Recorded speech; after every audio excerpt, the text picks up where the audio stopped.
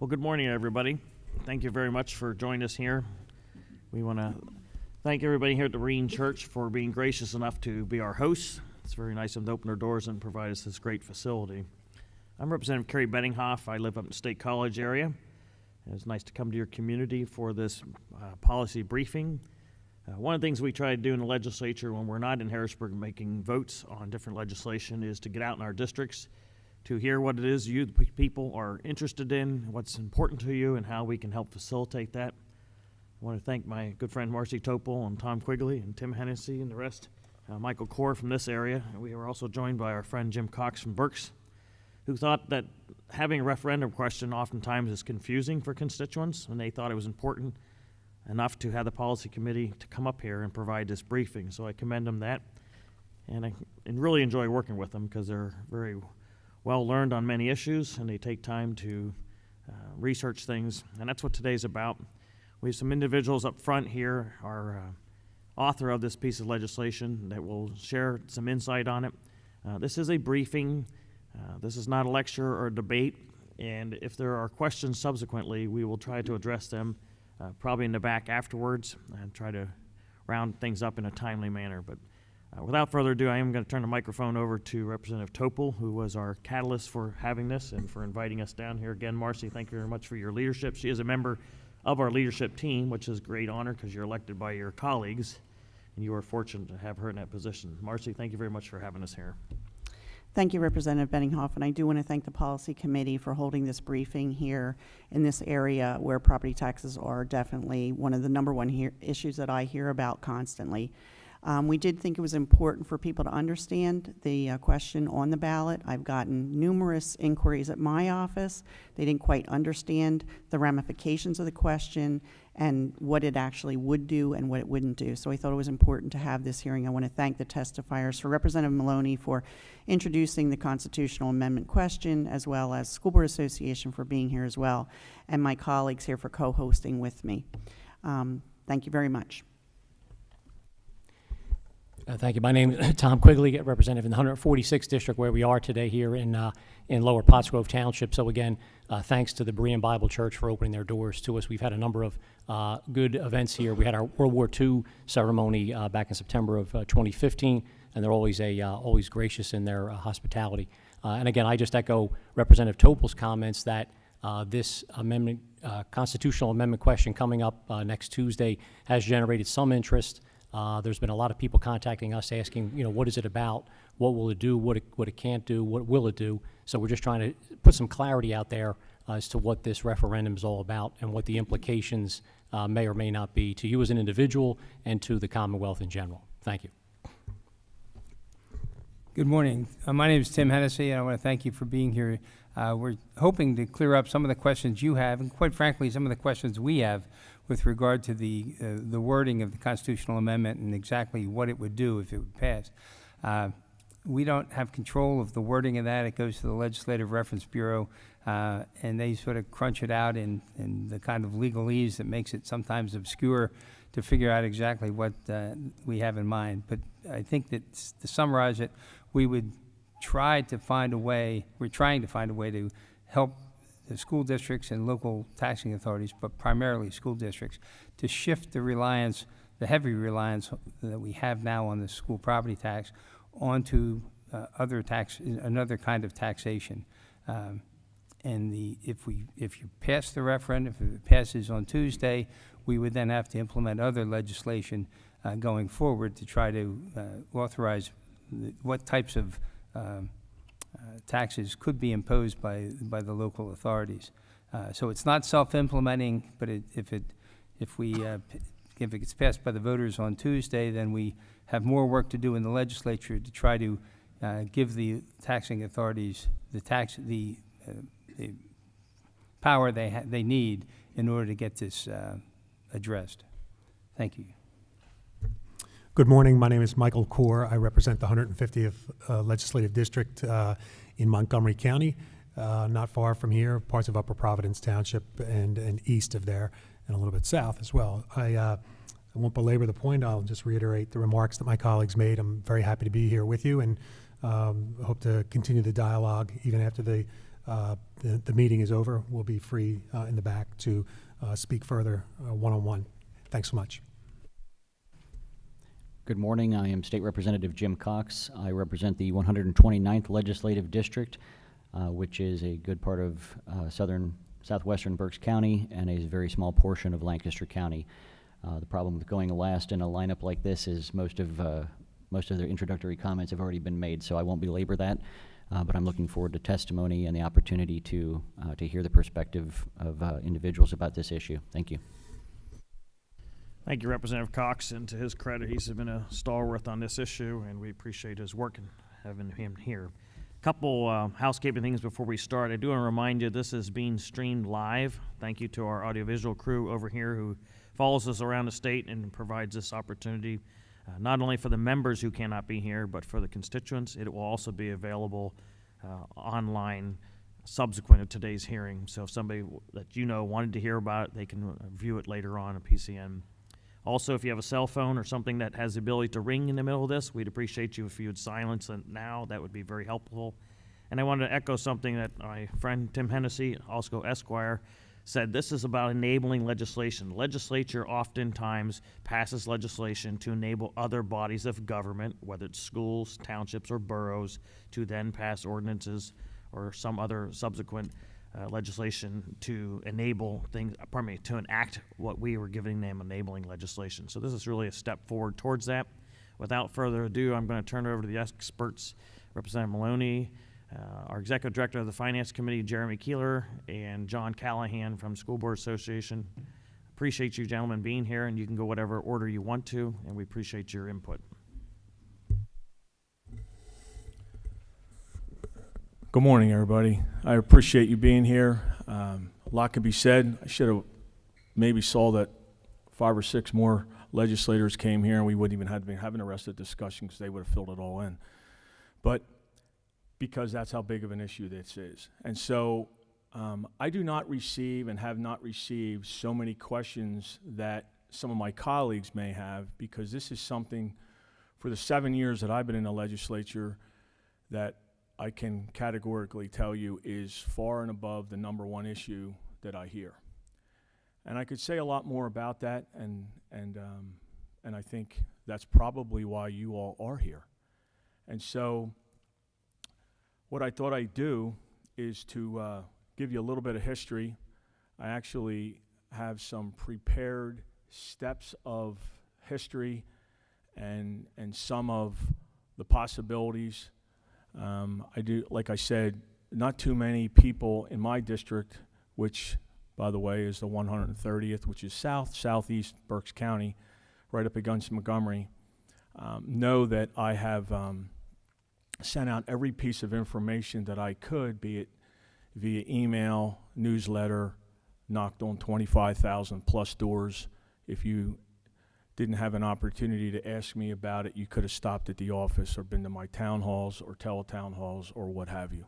And so, having said that, that's how intense to me this issue is, for many, many different reasons. And although we have other legislators here who have worked on some of these endeavors in the past, even long before I was in the legislature, they will probably attest to the fact that there has not been a consensus statewide as to how we can, I would say, effectively address this problem. But 20 years ago, the legislature passed a constitutional amendment that's called the Homestead Farmstead Exclusion. The simple language to that states that there could be, or there was the possibility, depending on that local taxing authority, to utilize up to 50% of the median assessed value. Now, for some reason or other in the press, median has not seemed to made it into the current explanation of what's in our Constitution. And so because that median, I personally believe, is a problem, and I will go on to why I think that is a problem, The constitutional amendment that we will be asked to vote on Tuesday, which does, by the way, get finalized through the Department of State and the Attorney General's office as to what actual verbiage is on the ballot, would be amended to 100% of assessed value. And so to me, that's the significant change, which is why unanimously this has been passed the House, for me, this 4th term, and 2 more terms with the Senate. And so last term with the Senate, when they picked it up, that started the ball rolling, so that when this session started, we passed it in the House, sent it to the Senate, and then the Senate picked up on it again, which gave the 2 requirements which is needed to send it to the people to decide. The governor's out of the equation, and that's why you see it on the ballot. And so having said that, some of my, and I think what this might do, if that's okay with the chairman, is to explain some of the history and where we're at, and it might help with questions that you may or may not have had. So, when I've already explained the fact that the language right now says up to 50% of the median assessed value, the amendment would be to 100% of assessed value. So for example, if the median assessed value of your home in your district is $100,000, the maximum allowable homestead exclusion is $50,000. That would be the 50% of that 100,000. The amount your local taxing jurisdiction permits as the exclusion would be subtracted from the assessed value of your home prior to your property tax being applied. And so you would have assessed value homestead exclusion times your tax rate, and then that would equal tax owed. So in other words, if your house is assessed at $150,000, the exclusion is $50,000, and the total taxing jurisdiction of the property millage rate, say at 20 mils, 2%, your final property tax bill would be applied as follows. 150 minus the 50 equals 100,000. Then you would have the 20 mils, which would equal $2,000.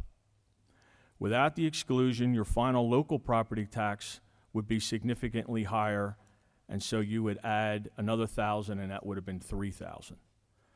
So that's what is presently in place. That's why the 100% piece is so significant moving forward. So how is the current homestead funded? Probably, I'd say 20% of the question that I get would be that Act 1 utilizes state gaming revenues to fund the property tax reductions for qualified homestead farmstead properties. All property tax relief fund money that school districts receive must be used solely for real estate tax reductions given through the homestead farmstead exclusion. Secondly, Act 1 authorizes school districts to place a referendum question on the ballot during a municipal election asking the voters to approve either an EIT, earned income tax, or a PIT, personal income tax, to provide an equal amount of property tax relief for homesteads up to the 50% of that median value. So again, going forward after Tuesday, it would then change to 100% of assessed value. There is only a few words that are actually being changed in the proposed amendment, and that is that 100% and the 50% and the median being taken out and going to assessed value. So if the referendum is approved, what does that mean with the passage of House Bill 1285? Nothing really changes in current law, which has already been preempted by one of my colleagues, in the fact that the legislature then would probably and more than likely have to address several things, one of them being Act 1, and the other would be the enabling legislation to allow funds to be directed to the homestead farmstead exclusion. I'm not going to take another gentleman's explanation here probably go into Mr. Callahan with respect to some of their procedures, but you could use, for the legislature, you could use like a House Bill 76, Senate Bill 76. You could use a local taxing option. You could use, people have asked me this, could you use a severance tax money towards this? You could use that. You could use other gaming funds, etc. And so that's a summary of where we've come from and the possibilities going forward. And Mr. Chairman, I think that would suit us well. If you would see any other need for me to answer anything else, I'd be glad to, or else we just go with the protocol. And okay, thank you.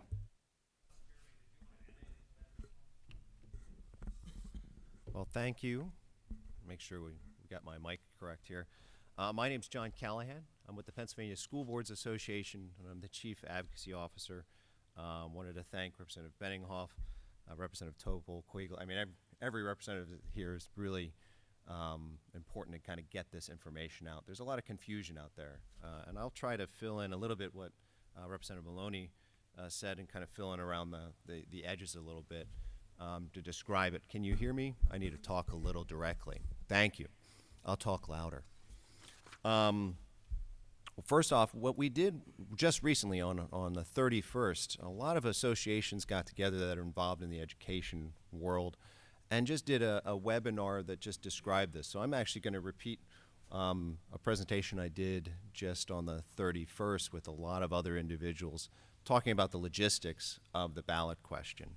We went through the history of the ballot question, the meaning, and the implications. And it was sponsored, like I said, by a lot of different organizations. First off, when we're talking about legislative process, one thing I should note, and Representative Maloney noted, is that it's a constitutional amendment. So there's a different procedure than the typical legislative procedure. You have to do it in 2 different sessions with 2 different bills. So way back in 2016, there was House Bill 147, and in June 2017, there was House Bill 1285. And these are kind of the bills that laid the foundation for this ballot question. And what I mean by a legislative session, if you're not familiar with that, is a legislative session is 2 years, and at the end of those 2 years, all the bills that were introduced during that session kind of die.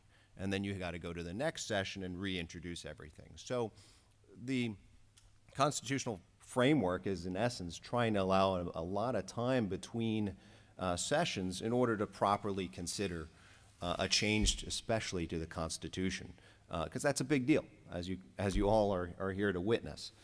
And so both of those bills went through, and they have to have the exact same language. So the legislature, in essence, considered them twice, and they passed, and here we are with the question on the ballot. Now, it's been said twice, how do you get the question on the ballot? The Department of State actually kind of is responsible for that. So many times in the past, sometimes they tweaked the language, and in this case, I think they just went with, well, what was there. And it is confusing. And so some of you saw the cards in the back of the room. They have the question on the side.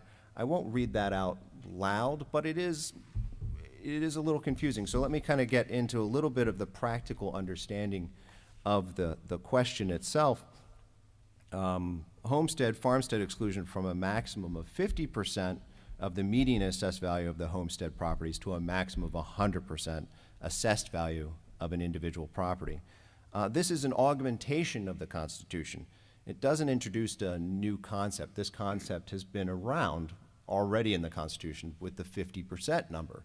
So we're actually just, I call it augmentate, we're augmenting the Constitution to allow the 100%.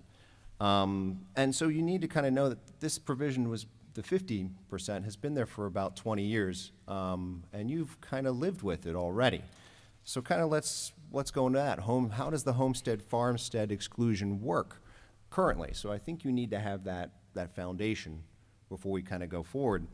Constitutional Amendment 1997, approved by the voters, and it allows the different treatment between different types of property. And originally, the reason it was put there is because people, we have this thing called the uniformity clause in the Constitution. You can't treat different types of property different, in essence. And so this really changed the Constitution and said, well, hold on, you can actually, if it's a homestead, farmstead. And so that was a first step in the Constitution to start allowing that and to start opening the doors to what we have today, and that's the gaming money being used to kind of offset homestead, farmstead property taxes. So then, I'll continue on a little bit here, the current homestead, farmstead exclusion, like I said, is 50% of the median assessed value of all homestead properties in a school district. And so we kind of give the example of if you have a homestead's, if the assessed value of all the homesteads in a district is 100,000, then obviously 50%, you're going to end up with 50,000 could be excluded from the value of each homestead and farmstead property in a district. And one of the other nuances, which we only have probably about 2 districts in the state, but they don't actually go above the 50%. In current law is if you actually reach that threshold of 50%, additional property tax relief is possible through a millage rate reduction, but it's not targeted to residential properties, it's targeted to everybody in a district. But to be honest, like I said, I only have 2 or 3 districts that I know of that are even close to the 50% now. Nobody's actually there. Typically, on this percentage-wise, our school districts are around 7 to 12% to the 50% they possibly could get to. Let me kind of explain why or how that happens. We have about $620 million, give or take, that goes into the gaming pot and then into the property tax reduction fund.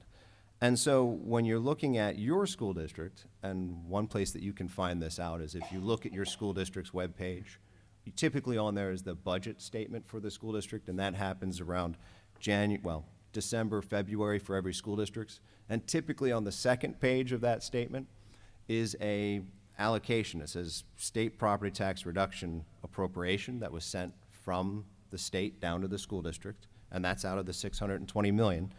And then the number of approved homesteads are also listed next to that. Now, if you do a little calculus, you can figure out in most cases, well, the average reduction is 7%. And sometimes the school district will have that. It said, everybody got 7%. Typically what that means, I'll just give you a few. Allegheny School District, it's $67 per property.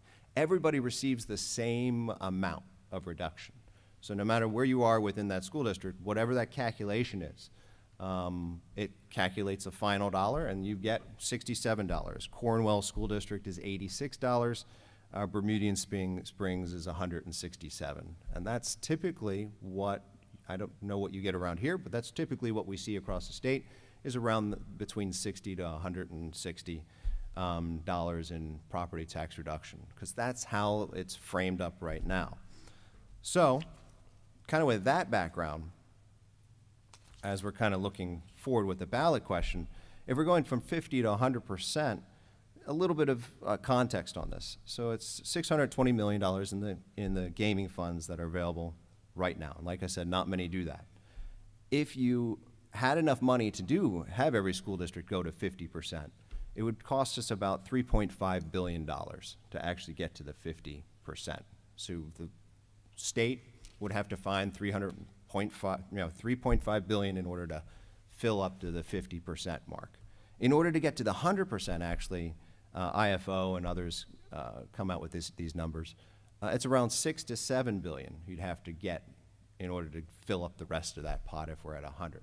So we're not, obviously we're not there even close yet, but those are the kind of numbers we're talking about to fill up the rest of the 50% and to fill up the rest of the 100%.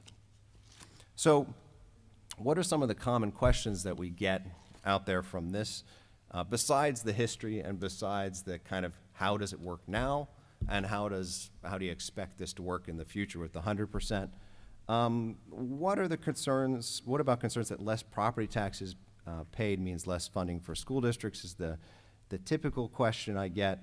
And to be honest, this constitutional question opens the door to the legislature doing much more work on property tax relief and property tax reform. It won't change anything now. So if this was approved, There is no property tax reduction immediately. I've gotten that question, does this mean I'm having a property tax reduction tomorrow? No, it does not. It just opens the doors, because this is the Constitution. In essence, the legislature has to pass subsequent conversation and subsequent legislative action in order to kind of affect whatever change may come. And I guess that's the big question, is what's the change that may come? And that could be almost anything. You never know with the legislature and with the politics that goes on in Pennsylvania. We just don't know. So I think if you're looking at this constitutional question and you're looking at the door being opened to a targeted homestead, farmstead, and even further targeted homestead, farmstead benefit to taxpayers. So, you know, when I'm looking at is this a vote for property tax reduction, I just keep on, I want to say the ballot question does, I don't want to confuse things. That's perhaps the biggest thing. This is a vote on the constitutional amendment to open the door to other issues. It really doesn't change anything currently within current law. It actually, it depends on subsequent legislation. And I can't really stress that enough, because that's a lot of the questions I get out there is what's going to happen. Well, it just opens the door. We're going to have subsequent legislation soon afterwards. And I think probably the other question is, what does it do to the, you know, for my own members, is what does it do to the authority of a school district right now to levy property taxes? And that, it doesn't change that. It doesn't interfere with that right now. It simply allows in the future for the legislature to have different possibilities. I can't stress that enough. And then to that point, I will say thank you to giving us the opportunity, hopefully provided a little bit more clarity, and I didn't, you know, meander down the path. But that's really what we want to do, is provide the clarity and kind of the position of this is what it's all about. We don't really have a position on it. We just have, quite frankly, trying to get out the education on this issue. Thank you, Mr. Chairman.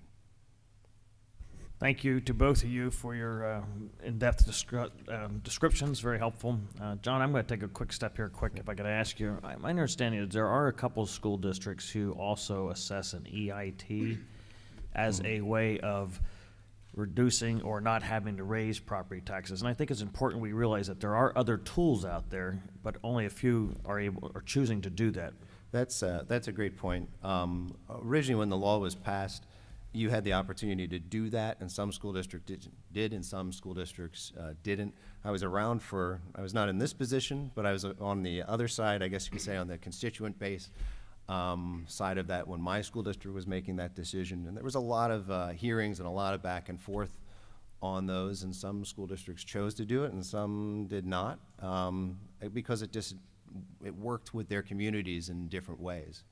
In my case, it was very strong in the community that they said, no, we don't want to go that route. So it was, I mean, and probably everybody has a different story since there's so many school districts out there. So I think it is an opportunity, and I even see in the future here, there could be an opportunity for that kind of thing again. Thank you very much. I think it's important that people realize that we are trying to create more tools. I think Representative Maloney's initiative here is providing that, as we said, next step forward to some current tools. Gambling wasn't present to the magnitude it is now. That is what's providing the current homestead exemption. That's something legislature has done, I think, back in 203 to whatever year it was. And so this is just another additional tool or step towards providing another tool in order to do that. So I appreciate everyone's description. We're going to deviate from our original plan. If there are specific questions by any of you there, we have the floor till about 11, and we'd be glad to take a few questions because we want you to be able to walk away feeling like you know a little bit more. I would also encourage you to pick up one of these flyers that have been provided by your state reps out there. It actually has the ballot question on there. It's always nice to be able to read that before you get in the ballot box. And if you have questions further, everybody has a website, everybody has an office. You're welcome to call in and ask those people. But I'm going to see if there's any particular questions that we can answer as a large group, and if not, the gentleman up front and the legislators here will go to the back tables and be willing to field any questions you may have privately. If you have a question, stand in your spot, just say your name, and we'll do our best to try to pick it up by sound, or if the gentleman over there would like me to try to get a microphone to someone. Or do you would like to have them come to the corner? I'm sorry, I have deviated from my audiovisual crew. If you have a question, just come forward to the corner here. That's about as mobile as we're going to get. I just would like a clear layman's definition of what is a homestead farmstead, first of all, as opposed to any other kind of real estate.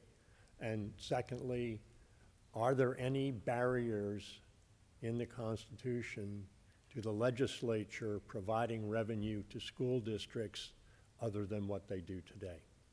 Thank you. One of the gentlemen up front want to address that? Thank you, Mr. Chairman. I apologize. I don't know if I got your name or if you even stated it, but I think this is a question, actually I heard earlier today, and the provision of the homestead farmstead is a form that you apply for or you fill out that's actually a county form, and they appropriate that to the appropriate school district. I think that is the way they actually function with it. And it should show up, I know it shows up on mine, it should show up on your property tax bill as to what that credit was prior to you even being taxed. And that's the way you understand it too.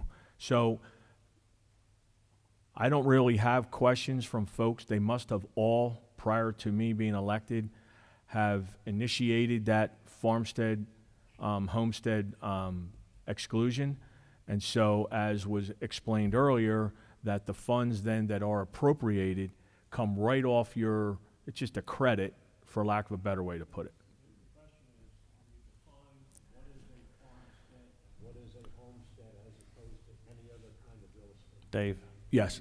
to our left, Representative Cox actually has. Oh, yeah, sure. He's one of our electronic wizards, has Sure. already pulled it up in writing. I'll He's give going to you the actual verbiage, but I'll, go ahead. The Department of Education, who is responsible for putting out some of the language describing the original homestead exclusion, actually put out this layman's term explanation. I think it's pretty good. They say a homestead must be a Pennsylvanian's permanent primary residence on which property taxes are paid.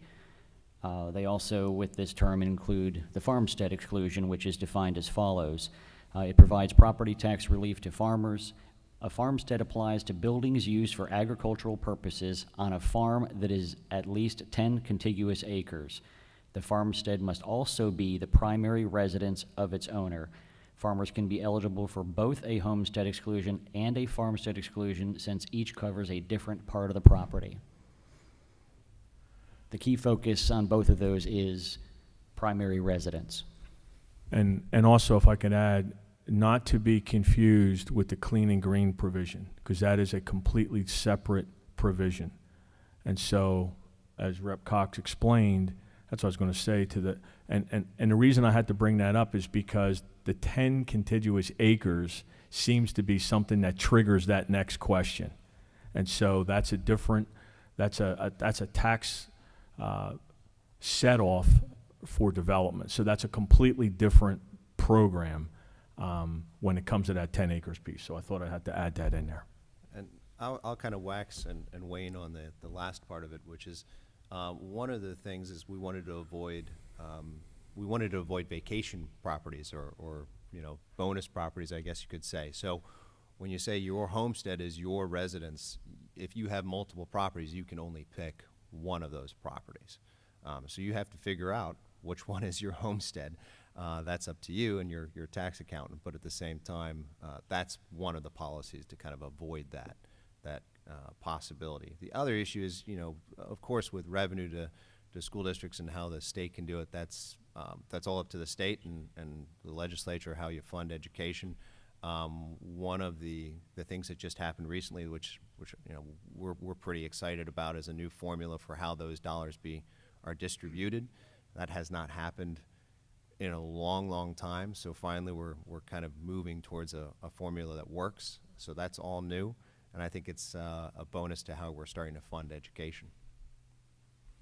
Thank you, John, and I wanted to make sure that second part of your question got answered. And just to frame today's dialogue, I want people to keep in mind school property tax funding overall to completely eliminate, we're talking about $14 billion. Not a simple number to get to. Your current state budget's about $32 billion, and out of $32 billion, about 40% of that goes to public education. And as you can imagine, we generally have a lot more people interested in getting additional revenues from the Commonwealth than what it is that we have to dole out. Today's amendment that we're talking about is giving the locals, because most people pride themselves in wanting local control, other options down the road to help offset that. Yes, sir. Hi, Steve Hacker. It sounds vague to me. It sounds intentionally vague to me. Like, all of you talk about how long this property tax problem has been going on, that there's no real solution to replace the money. Everybody wants their property taxes lowered. But there has to be an alternative where you starve the school districts. Mr. Hennessy mentioned that we will find other ways to fund it. But what, I don't hear any solid way to do it. I mean, you mentioned gambling. You can only tap that for so much. And it just feels like there's no solid plan. Mr. Maloney mentioned extraction tax. You are all Republican House members. You're the reason there is no extraction tax on the natural gas. So I guess my question would be, why are there no Democrats here today? Why is it just one set of voices here? It seems like there should be an alternative too. Thank you. Thank you. Appreciate you having your questions. This is actually the House Republican Policy Committee. We do some bipartisan ones. This was specifically requested by the House members. I would remind the listeners that the bill that was before the House actually did not go down because of Republicans, but there were a lot of Democrat members who were not in favor of some of the changes. I know a lot of people like to think the severance tax is a save-all to every issue, but the bottom line is we are trying to get you one step closer with this referendum. And over my tenure, we have allowed schools to assess an EIT.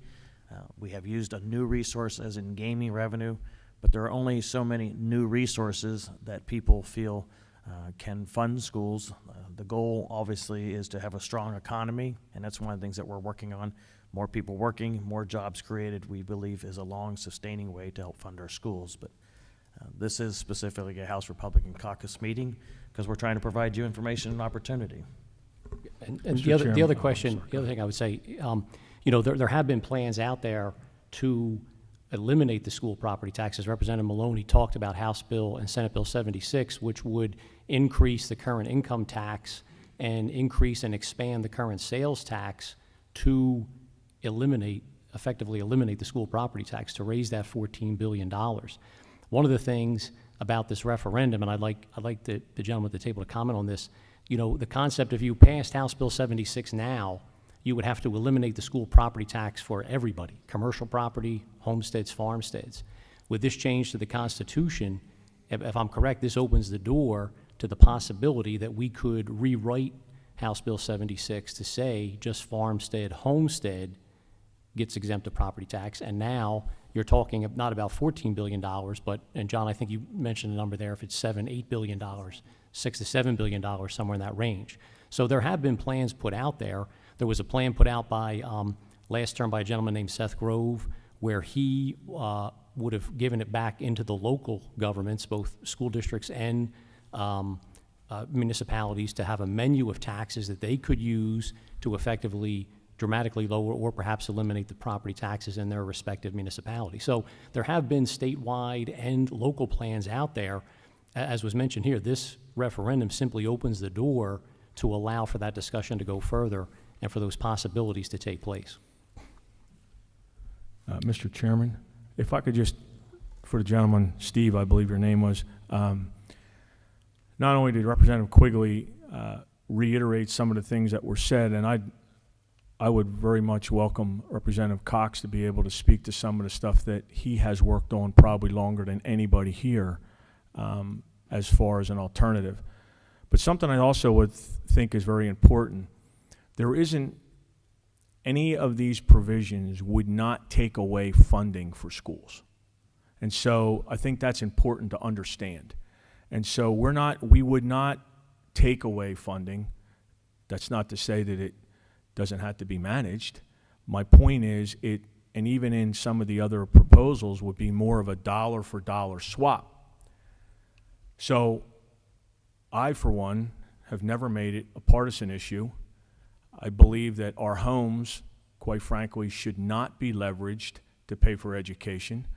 I think it's important, too, to know that just recently the Supreme Court made it known that they are going to try to address something with respect to the funding. And I'll also tell you that I proposed 2 amendments that the severance tax would go to this. So there is an issue with education of uninformed proposals. So look, I do not believe that our homes should be in any way.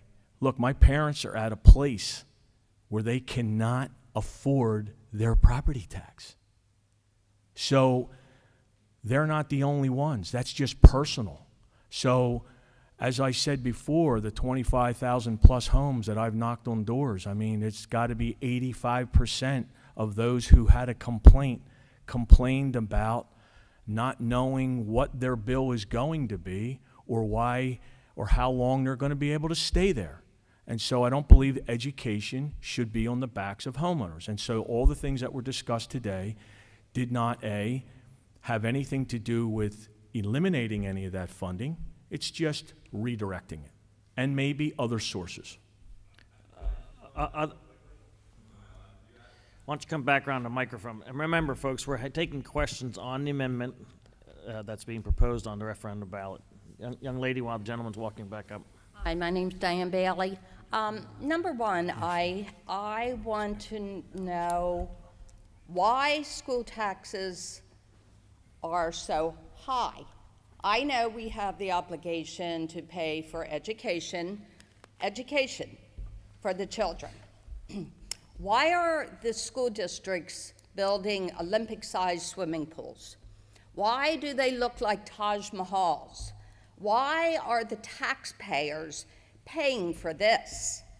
We are obligated to give them an education, not a swimming team, not a football, and believe me, my grandson plays football, love football. You know what? Let his parents pay for it. They want him to play football. We, the taxpayers, should pay for an education. The reading, the writing, well, we don't have arithmetic, whatever we have now, the STEM. But the Olympic-sized pools, the grand Taj Mahals of these school districts are totally out of hand for the taxpayer. I live in Pottstown. My school district's very, very poor. We have a lot of poor people. Most of our teachers don't live in Pottstown. They wouldn't send their kids to Pottstown. They'll tell you that. We're very underfunded. 8 miles down the road, Perkiomen, they have the swimming pool. They have grand high ceilings with wasted space. It's got to stop. The taxpayer cannot afford it. You have to put a rein on the school boards who are giving the administrators more money than probably dump Trump makes. So that's one. Another thing, you're looking for funding? Legalize cannabis. You have a lot of jobs. You have a lot of revenue. People are doing it anyway. Take your head out of the sand and legalize it for the state of Pennsylvania. Thank you. Thank you very much. We appreciate your comments, and we'll take them under consideration. Just to respond to her too, though, we do pay for a lot of, my kids are all out of school now, but we paid for things.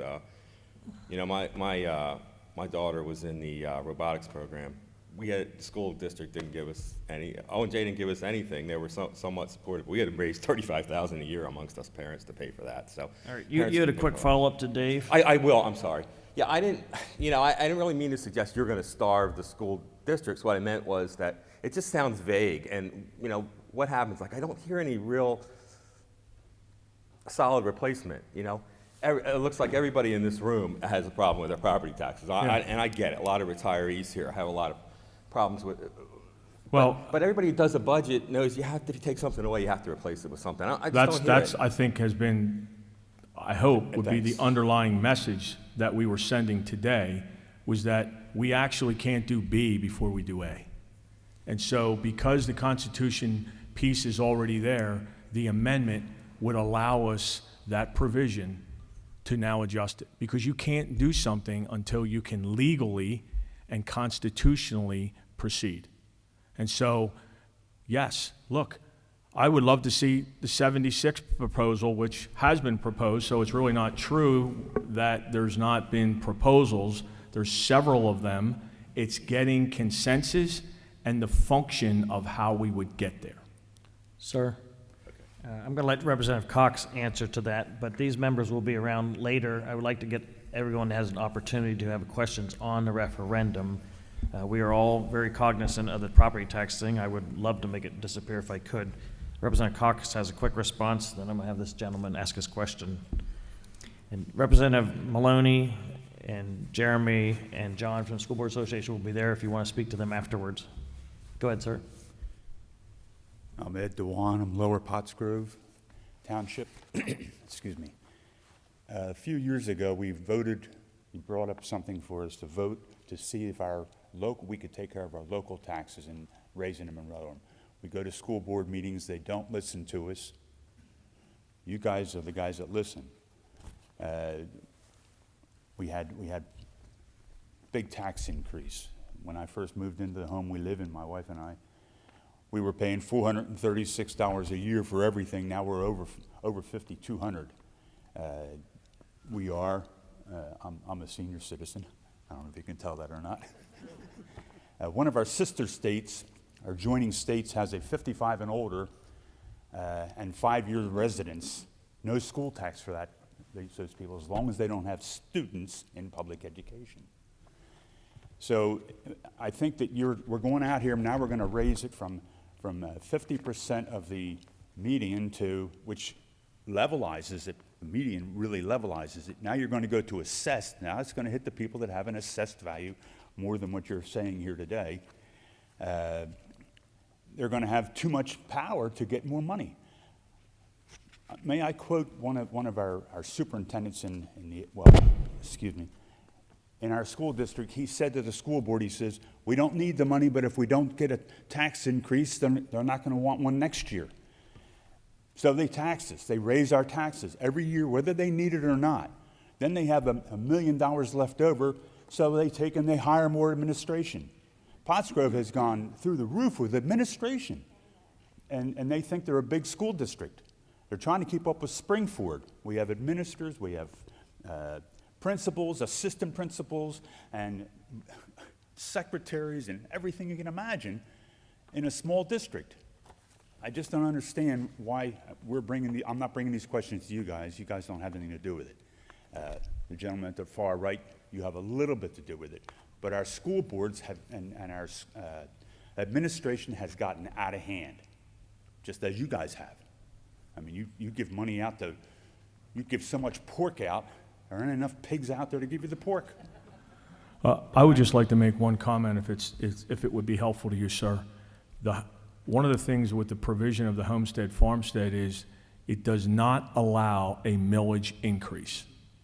I hope that would help you in the fact that just to do this, they cannot raise your millage. So, well, I understand that. I'm just saying with respect to this, because you used a comparison of going to 100%, they cannot raise the millage to do it. So, thank you. Ed, Mr. Chair, just one thing real quick. There was a referendum a couple years back that most school districts put on the ballot to say you can switch to an earned income or personal income tax to reduce your property tax. Almost all districts voted that down. And the reason was, from what I heard from most constituents in my area, which Springford, Pottsgrove, Pottstown, was there was no guarantee that if you now instituted an earned income tax, that the property tax still wouldn't increase. So when we talk about the idea of a potential elimination where we would increase income and sales, people say if you can guarantee me that the property tax is gone, I wouldn't mind paying the higher income and sales. But that referendum that was put out there a couple years back did not give any guarantees, and that's why I think a lot of working people said, wait a second, I want to have to pay more on my income and still not get the real break on the property tax. Because I do remember that specifically, the feedback we received, and it went down overwhelmingly in most areas. To the gentleman that just spoke, Mr. Dwayne, if you could provide us the state that you're referencing, or if you have an article specifically, I will make sure that gets disseminated to our members. Marcy, did you? Representative Cox. Thank you. For 14 years, for 14 years I have been working on this, and I know a number of individuals here at the table have not been here as long as that. I've been in the legislature now for going on 11 years. But in my prior life, if you will, I worked for a legislator who came up with a proposal. He worked with a gentleman who's now a senator. Representative Benninghoff was part of that initial group as well. And so this is not an issue that's new, but for 14 years we've tried to eliminate all school property taxes, not just on homesteads and farmsteads, but for all. And it's because of this constitutional limitation that we've been kind of forced into that kind of a dialogue. If we pass this, if the voters choose to pass this, it gives us the ability for the first time to focus only on homesteads and farmsteads. And I can't speak for everyone up here, but I can probably guess that the vast majority of inquiries that we get within our legislative offices, the vast majority of concerns that are raised by the people who are trying to keep their homes. People who are trying to stay in their homes and stay on their farms. We do hear from some business owners and so forth, and sure, they'd love to have no school property taxes on their businesses, but they're actually able to earn income from those properties. There aren't too many homeowners who can earn income from their homes based on the fact that they have a large home or whatever the case may be. So the size of the home, et cetera, has no bearing as to their ability to pay. Some people purchased homes years ago, they paid for them. I hear it all the time, and I'm sure my colleagues hear it as well. My mortgage was paid off 10 years ago, 20 years ago, but now my property taxes, the amount I need to save monthly for my property taxes actually exceeds what I had paid on my mortgage all those years ago. My goal, and the goal of most of my colleagues, and time again, I've been discussing this, as I said, as a legislator for the last 11 years, but I've been hearing the testimony for long before that. If we can provide the opportunity for people to stay in their homes, which this amendment does for the first time in Pennsylvania history, if we can provide that option, I think meetings like this, and not that I don't appreciate your attendance, I think meetings like this would ultimately be unnecessary because the people who just want to stay in their homes would be secure in their homes. And that's what the goal behind House Bills and Senate Bill 76 has been. That's what the goal behind what Representative Maloney's been trying to do with this amendment is give us the option to keep people in their homes. And passage of this amendment, again, as all three, the individuals who've testified earlier said, this alone will not guarantee that, but it gives those of us in the legislature the ability to put legislation in place, pass a law that says, here are the people who we're going to keep in their homes and in their farms. We've never been able to do that before. So this gives us the ability, I feel like we've been using a set of pliers to hammer a nail in. And I feel like if we have this amendment, suddenly we're being given a hammer. And we can actually drive home the issue and provide the relief that we know homeowners and farm operators need. Thank you. Before we take our next question, I've asked our resident attorney, my good friend Tim Hennessy, he's going to give you a quick overview of the uniformity clause, which you've heard bannered around a little bit. Well, I'll try to make this clear and maybe very concise. Ed, to your question, we have Article 8, Section 1 of our Pennsylvania Constitution, which is obviously different than Delaware's, says that taxes within the same taxing district must be uniform upon the same subject, so that it doesn't give us the wiggle room to say that real estate owned by a person who's over 65 can be taxed at a different rate than real estate that's owned by a person under 65. We simply have, yeah, I'm sorry? Okay. The point is that we can't discriminate, or I shouldn't say discriminate, we can't differentiate like Delaware does, because we have a uniformity requirement that apparently Delaware's constitution does not contain. We've tried in the legislature to allow for deferments based on age, to defer taxes so that people don't have to pay it now, but the uniformity clause is something that says you can't tax a young couple more than you're taxing an older retired couple. We can't differentiate between whether or not the couple has children in the public school system or not, or whether, we have people that come to me to complain that say they've never sent any of their children, they don't have any children, so they don't have any children in the public school system, why should they have to pay their taxes? And the courts have consistently ruled for, at this point, probably 100 years, that even those kind of people get a benefit of having an educated society so that they have to contribute to the public school system. The uniformity clause is a differentiating factor, and I'm happy to talk to you about that later on. I just don't want to get bogged down in that discussion because we're here talking about a referendum question.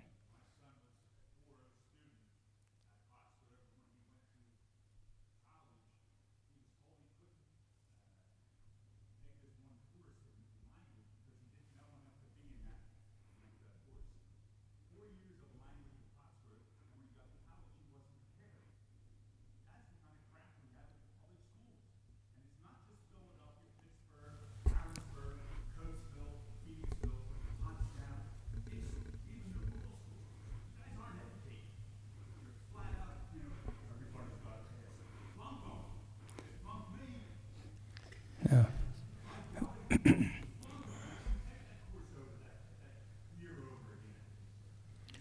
Thank, I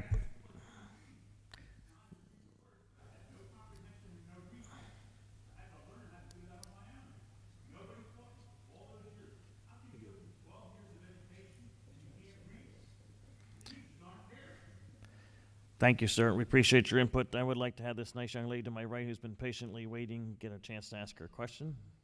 Come up to the microphone, please. Hi, I'd like to say amen to him and her and several other people that spoke out. Basically about taxes, education, the professionalism that makes these decisions. I've been on boards. I know what you're trying to do. You need to get, I hear you going, we need the billions, the billion. Well, if this doesn't pass, am I correct that then all of the billions are going to be passed on to all of us again, the regular, everyday taxpayers? Is that correct? You're looking for a way to cut your budget on one way because you have to take from Peter to pay Paul. And this legislation, if you pass it, which it sounds like it's probably a best thing to do, but once you give somebody permission to do that, then that 11% that you say you're at now can get to that 50 real fast. Am I correct that if this doesn't pass, the taxes that you need for the school system is going to be continue to be passed on to everyone else? My quick answer to that is if this referendum question does not pass Tuesday, then status quo continues. That's right. That's what I'm saying. So we're really between a rock and a hard place. It sounds like this is the right thing to do. If there are people who are maybe not paying taxes that maybe should be, but I'm also onto this thing too with senior citizens. Where my parents lived, we put in for it, and when you reach a certain age, they didn't make you keep paying that increase because of the new schools, swimming pools, whatever they do, they did give them a break, the senior citizens. I don't know if there's any break being given at all here, but. Is that a school district? Yeah, that was in New Jersey, that wasn't around here. Yeah, right, no, not here. But I'm just saying there are some different tax breaks that sometimes can be given for the older people that can't keep up with this. The main thing, as this gentleman just stated, is cutting costs and doing proper education, which comes through the Board of Education system. I am very aware of what's going on as far as reading, writing, and arithmetic. The children can't write anymore. They panic when they go in and have to sign their name to get their their checkbook for high school, for college rather, because they no longer teach the children to write. I think that is breaking down the whole American culture. If you want to go back in your own family, everybody put everything in English writing. They can't even come in and all my friends, we all had the kids that just graduated high school. They couldn't even read the note we wrote on them for congratulations. It's ridiculous. Reading, writing, arithmetic should stay in. If they stop changing these books every year, paying for excessive computers, I'm not against computers, but the children don't use their minds anymore, they use a computer. It's ridiculous. So a lot of this has to go back to the money and the school board and what they're paying for all this education for our students, that they need to be using their brain and getting back to basics. I'm not saying I don't go for further education, but the children that definitely show the grades should then be able to promote and go to those further classes. But there has to be a better system because our children are not getting the right education they used to have.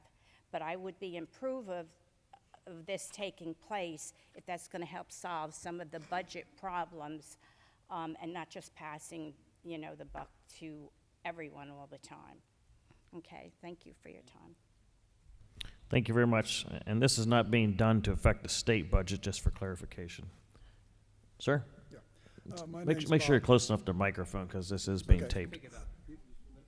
My name's Bob Firestone, and I have two quick questions. One, what is your feeling about this legislation passing throughout the state? Have you been in touch with like Western Pennsylvania, Mid, and do you think it's going to be passed in this area? I mean, I think it's difficult to speculate on what, you know, could or couldn't happen with these type of referendums or type of votes. I know when they did the vote that I just spoke of, when they were asking the school districts to switch to, you know, the ability to switch to an earned income tax versus the property tax, you know, it failed uniformly across, you know, almost all districts voted it down. So with this ballot question, it's difficult to speculate. I think, you know, and to what Representative Maloney had talked about, and we've seen this in the legislature as well, the property tax problem is acute down here in the southeast, Berks County, up into the Pocono region, York, Pennsylvania, down in that Lancaster region, and then again out in Allegheny County. So we're the legislators basically that hear most of the complaints about the property tax. When you get to some of those places in the central and western part of the state, they don't really have a property tax issue as acute as we do. That's what worries me, because I have read before, a lot of reasons we didn't pass House Bill 76 was because the rest of the state, Western PA and Midwestern, have no fear about the taxes, so why would they be concerned?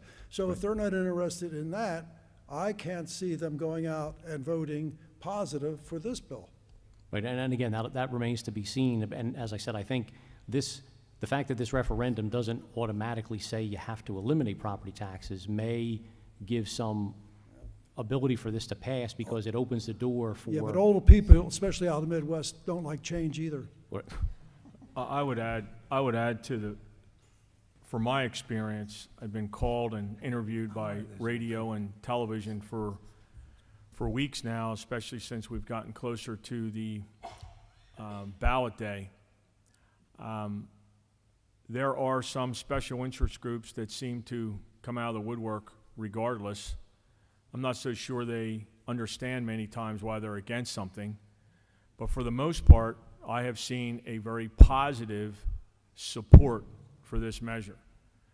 Now, I'll give you one meeting that I just attended several weeks ago, had to do with the county commissioners. They were a part of, 20 years ago, they were a part of this ballot being put on as what we see in the Constitution now. And their comment to me was that they didn't see why it wouldn't pass. They were supportive of it. They wanted to be a part of the legislation moving forward because they knew what this meant. So for me, that's my personal experience. I can't really speak for the rest. But again, it can't hurt. You know, even for the naysayers, you know, there's no good reason in my mind to vote no against protecting, which doesn't really change the funding, your homestead. So maybe that helps to calm your concerns. Thank you. We have, I think, 2 more questions. My name is Annette Murphy. I live in Red Hill. Our school district last year, at the beginning of this year, just planned a $58 million middle school. That's for 3 grades. They're keeping the other school and having 2 years in that, 6 and 7. This is ridiculous. The majority, a large majority of the people in our township and in that whole area are retired. They're actually talking about selling their houses. They said that to build this school, they're going to already plan on raising our taxes the next 5 years. So whatever legislation you put through, according to the brochures and what have you, the school district has the ability to accept or deny these different things for the Homestead Act. When we're in that much debt, they're never going to cut anything for our taxes. We cannot afford it. The beginning of this year, they hired an assistant principal temporarily. They paid this woman $650 a day to come in for 4 to 5 days a week. 2 days of her working is more than a lot of people in that area on Social Security making a month. We cannot sustain it. This building of these properties and like this is not sustainable by the average citizen in here. This is ridiculous. This place, as the other woman said, it's a palace. They've got things in there they've never had. Besides that, a couple years ago, they built a school for the purpose of having another school open for these children. It's never been open. It's been taken over by the school district for their particular headquarters. We go there almost every month to listen to these public hearings and what have you for the school district. This building is practically empty. It's sitting there with a few offices just for the benefit of the school district. This has to stop. It is not sustainable for the average citizens, especially the ones that are over 65, to maintain it. Thank you. Thank you very much. Hi, my name is Marlene Armato. I'm from Pottstown, and I've listened to legislative panels for years on this property tax issue, and the bottom line always was it couldn't be changed because the legislature couldn't come up with funding streams to equal the amount of money taken in by property taxes. But now you're going to ask the local school districts to do just that. So the burden is going to be on them to come up with the money that is not realized from property taxes with the homestead reduction. So I'm not sure that the statement that the funding, nothing's going to happen to the funding, that funding is going to be less, it could be accurate.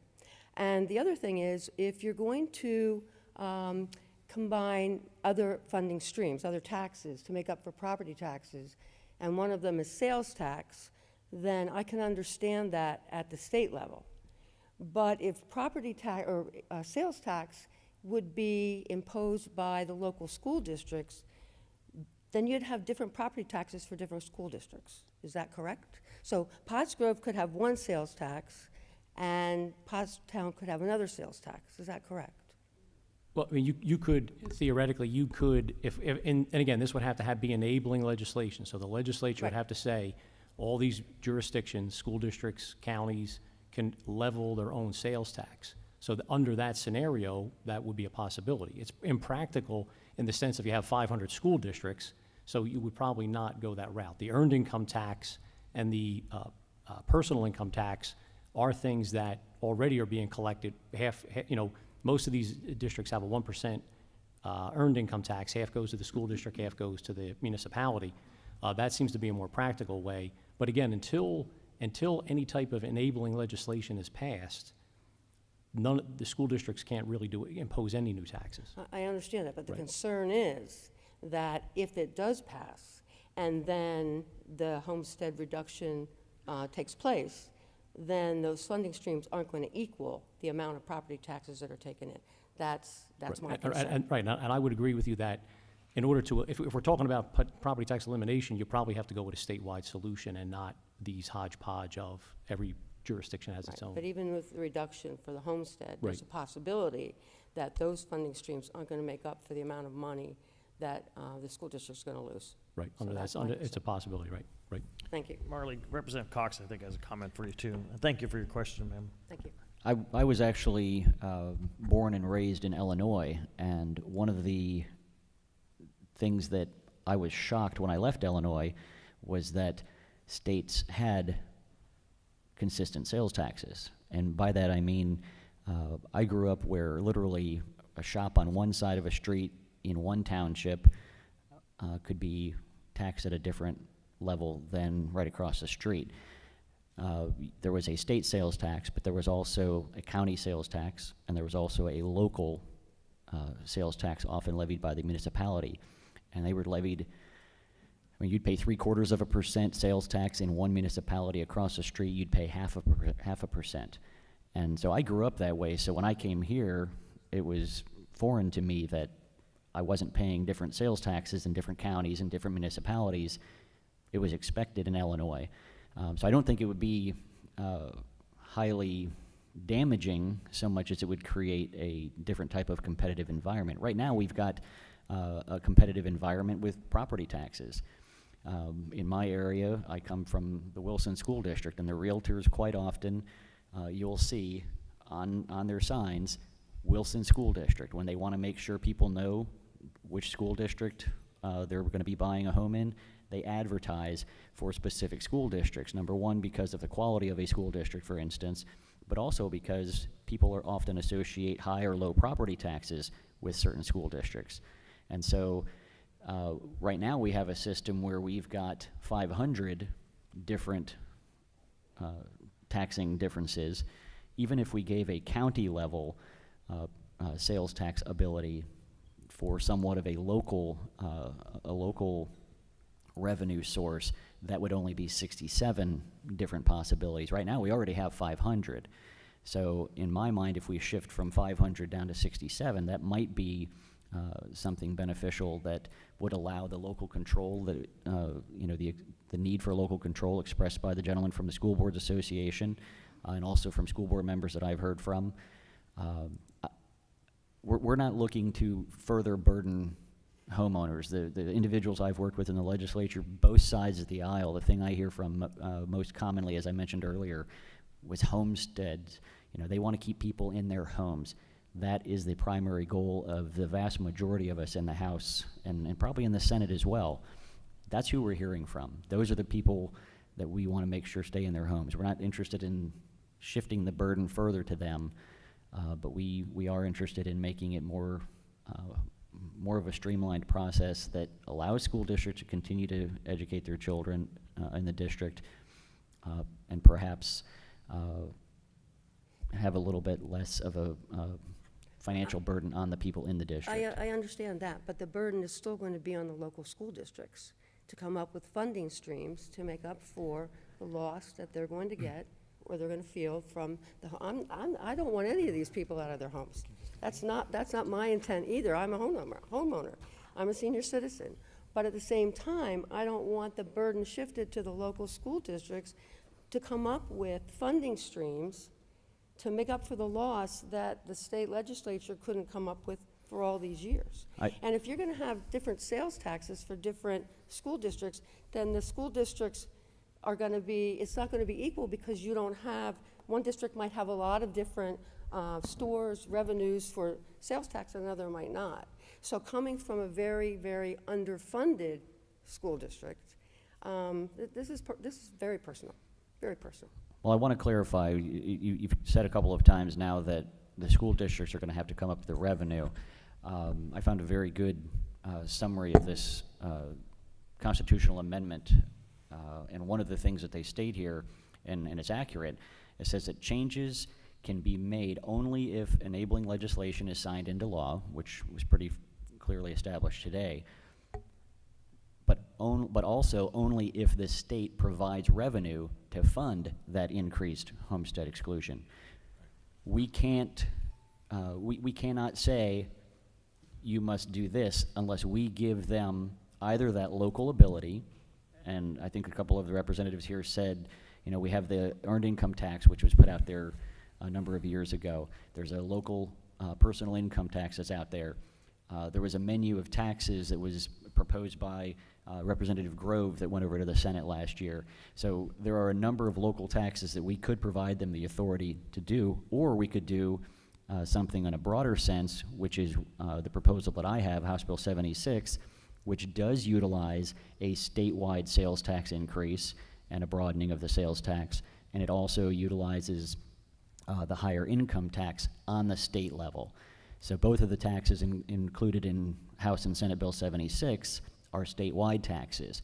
What I was mentioning earlier is that we could also provide the ability to the school districts to raise local taxes, and that would answer some of their concerns about losing control of the amount of funding coming into their area. So I don't know that the legislature is going to instantly agree on where the revenue comes from, but we have to, in order to put a homestead exclusion out there in enabling legislation, we have to provide the sources of the revenue. We can't just say, go figure it out, without giving them I would new also offer something if it's a help to you. This is in lieu of, so instead of. There's not a revenue loss.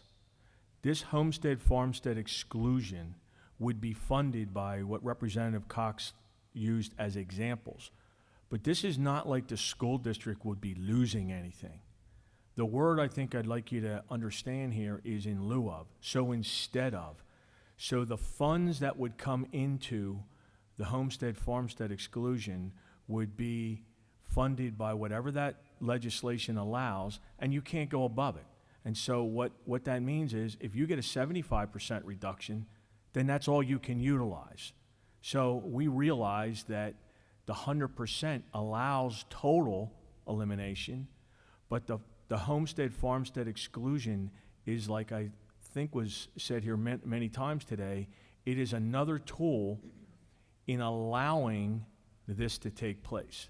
And so there's not a revenue loss, but it's more in lieu of.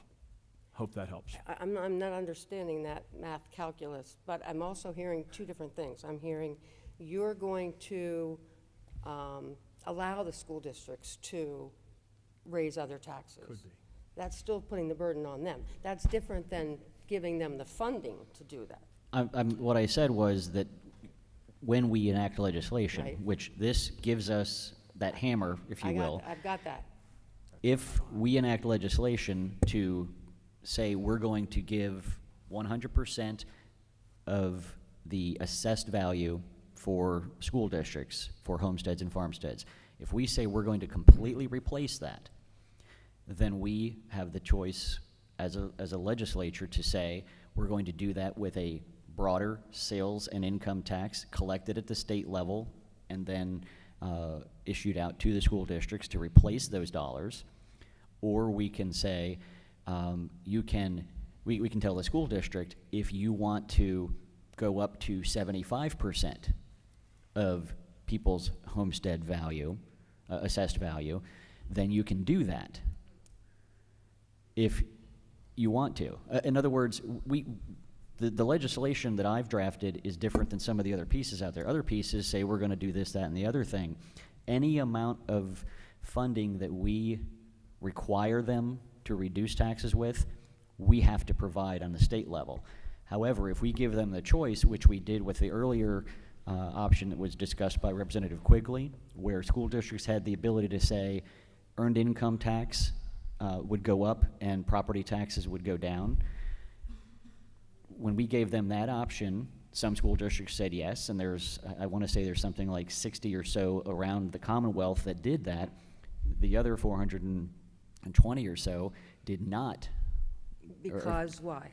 Because of what he described, which was they didn't have the belief that their school taxes wouldn't also go up significantly. They thought, hey, I'm going to get higher income taxes, and I'm probably going to have school taxes continuing to go up drastically. So a lot of the school district voters said, we don't want that. There were, as I said, about 60-something, I think it is, that said we're willing to make that trade. And in some of those instances, their property taxes have remained somewhat lower, but not in all of them. And so that's the fear. But anytime we provide, if we mandate under this exclusion, if we say you will provide X number of dollars of relief, we have to give them the funding for it. You have to give the funding. If we So- say you must do it, however, if we say you are able to, as we did with the earned income tax, then we can provide them with the ability.